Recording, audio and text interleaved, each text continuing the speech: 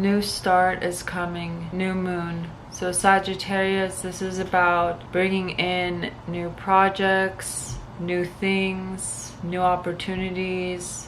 This is thinking about cultivating new things that you want to come into your life. New beginnings, starting new projects, bringing forth new income into your life, new love, just something new. What are you clinging on to? The Tower, the crumbling. Now, I love this card's depiction of the Tower because it's a kind of portal, but it's a crumbling, and then you see all the beautiful mountaineer with all the colors. So really the Tower is a facade for what the potential is. So the crumbling, the lightning, the epiphany to the faultiness of the original foundation to the Tower is actually a blessing in disguise, because it opens to a vibrancy behind the doors. The crumbling opens up a portal to what is actually behind it, to what is actually beneath it. So a tower might be needed in order to start fresh, start new, for creation. And I think this goes well perfectly, Sagittarius, with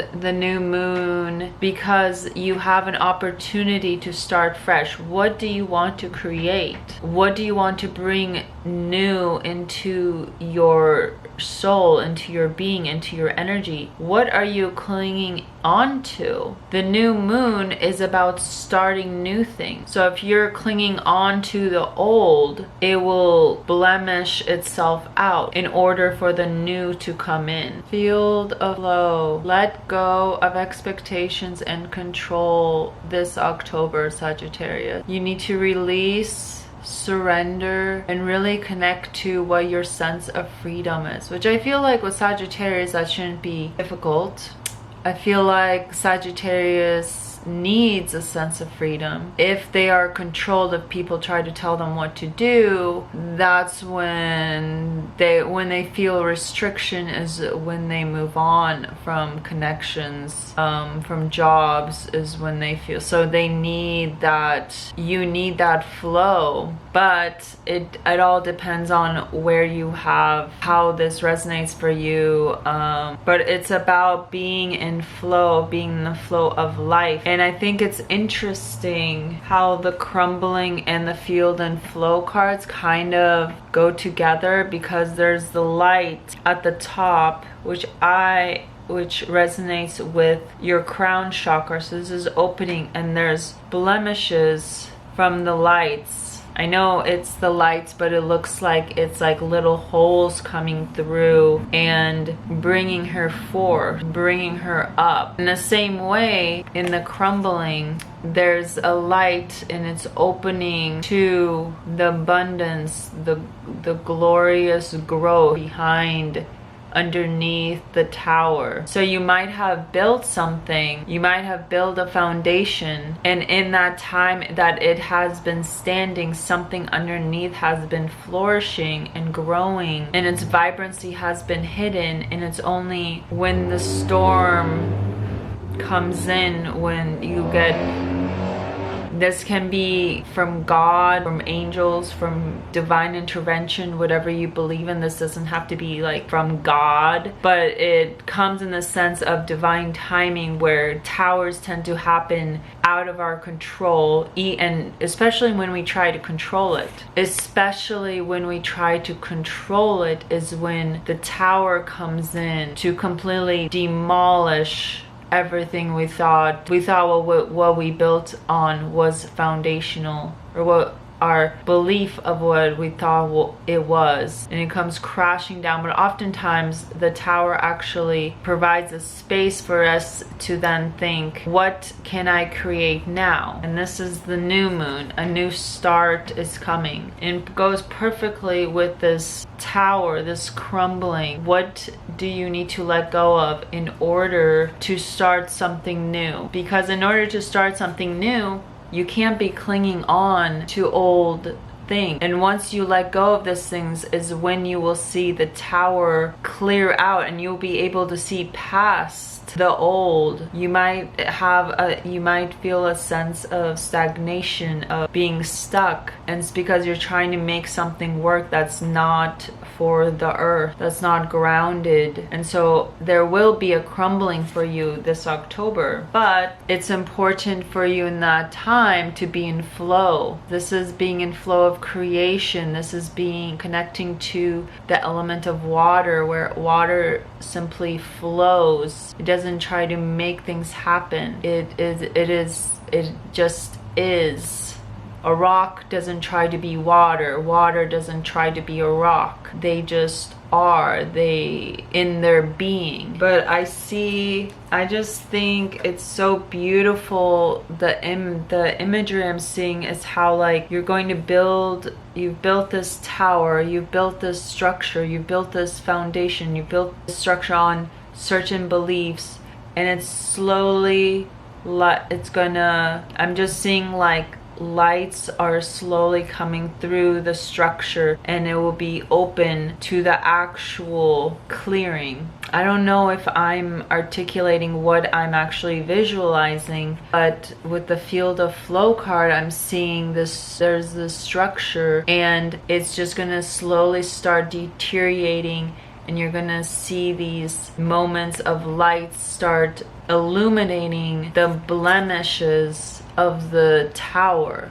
illuminating what needs to be let go of, what you need to stop clinging onto in order to truly be in the power of surrendering and the power of freedom. And the fact all these cards have aspects of purple tells me that this is going to be a spiritual month for you, Sagittarius. You've got the Seeker. This is about surrendering. This is about receiving. In order to be open to receiving, you need to surrender. We don't receive, and oftentimes, I don't know if you know this, but with teeth, the archetypes of teeth is actually abundance. It's wisdom. The symbolism of actual teeth is the foundation of chewing up things in tiny, tiny little pieces. But you can't receive when you're clinging on to things, and you're expecting things to be a certain way. The symbolism of teeth, the actual archetype, is of tooth decay, cavity replacement, keeping your mouth, sensitivity to bacteria, careful what you vocalize. It is strongly associated with your throat chakra. It provides nourishment to the body by grinding food,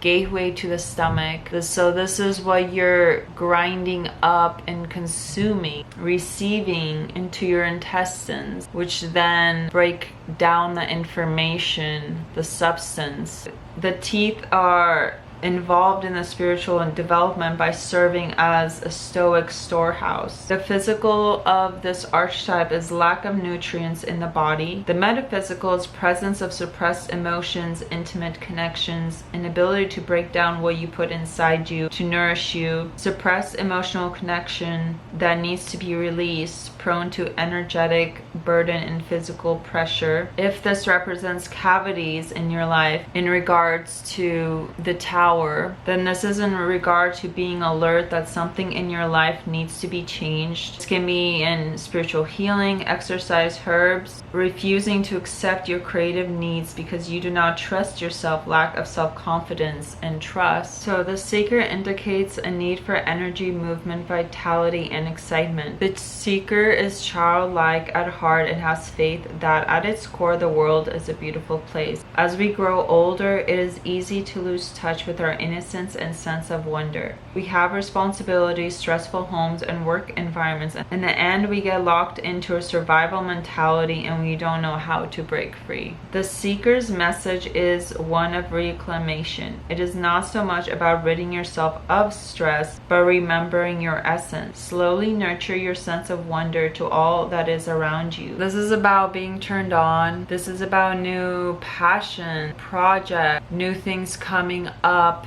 which is very much with the new moon. New start is beginning. So there's going to be a new project, something that you're passionate about, or a new opportunity that's you're going to be turned on. Your wand is going to be, there's no easy way to say this, erect, okay? I mean, I'm talking to Sagittarius, so you shouldn't feel offended. But this is something, if you're in stagnation, the crumbling is going to ignite paradise, is what I'm hearing. Like a garden of paradise. And it's going, just as a tower, the Ace of Wands is going to happen out of the blue. And it might come out of stagnation. That's when you will see, you see how the tower here, it's opening the door.